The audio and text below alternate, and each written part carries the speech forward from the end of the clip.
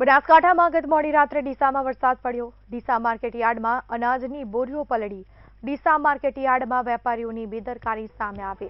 તંત્ર દ્વારા માલ સુરક્ષિત રાખવા સૂચના યાર્ડ અને ખેડૂતોને આપવામાં આવી હતી। સૂચના છતાં યાર્ડમાં મગફળી રાયડો ખુલ્લામાં રખાયો। ગત મોડી રાત્રે પડેલા વરસાદમાં કૃષિ પેદાશો પલળી। માલ પલળતા વેપારી તેમજ ખેડૂતોને આર્થિક નુકસાન।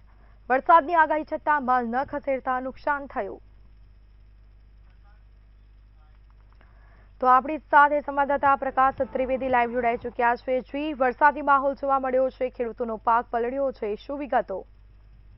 સ્મિતા, ચોક્કસથી જો વાત કરવામાં આવે તો જ્યારે હવામાનની આગાહી મુજબ ક્યાંક ને ક્યાંક બનાસકાંઠા જિલ્લો હોય કે વાવથરા જિલ્લામાં ગઈકાલે ભારે પવન સાથે જે વરસાદ ખાબક્યો હતો, જેને કારણે અનેક જગ્યાએ નુકસાન થયું છે। જો ડીસા એપીએમસી ની વાત કરવામાં આવે તો ડીસા જે એપીએમસી છે એની અંદર જે ખેડૂતોનો માલ હતો એ માલ પલળી ગયો હતો। જોકે વહીવટી તંત્ર અને જે એપીએમસી ના જે અધિકારીઓ દ્વારા વેપારીઓને સૂચના આપવામાં આવી હોવા છતાં પણ વેપારીઓ દ્વારા ક્યાંક ને ક્યાંક જે માલ છે માલ ખુલ્લામાં પડી રાખતા આજે એ માલ તમામ પલળી ગયો છે અને જેને કારણે વેપારીઓ અને ખેડૂતોને પણ મોટું જ નુકસાન થયું છે। બીજી બાજુ જો દિયોદર એપીએમસી ની વાત કરવામાં આવે તો દિયોદર એપીએમસીમાં પણ આ જ પરિસ્થિતિ સામે આવી છે। એની સાથે સાથે જો સમગ્ર જિલ્લાની વાત કરવામાં આવે તો અનેક જગ્યાએ ક્યાંક ને ક્યાંક થાંભલા પડવાની ઘટના સામે આવી છે, તો ક્યાંક ને ક્યાંક ઝાડ પડવાની પણ ઘટના સામે આવી છે। સમગ્ર જો વાવથરા જિલ્લાની વાત કરવામાં આવે તો 2 લોકોના ક્યાંક ને ક્યાંક મોત થયું છે। એટલે એવું કહી શકાય છે કે હવામાનની આગાહી હોવા છતાં પણ ક્યાંક ને ક્યાંક વહીવટી તંત્રની બેદરકારીને કારણે આજે જે વેપારીઓ દ્વારા ક્યાંક ને ક્યાંક જે ખેડૂતોનો માલ હતો યોગ્ય જગ્યાએ વ્યવસ્થા ન કરતા આજે ખેડૂતોને પણ નુકસાન થયું છે અને વેપારીઓને પણ નુકસાન થયું છે।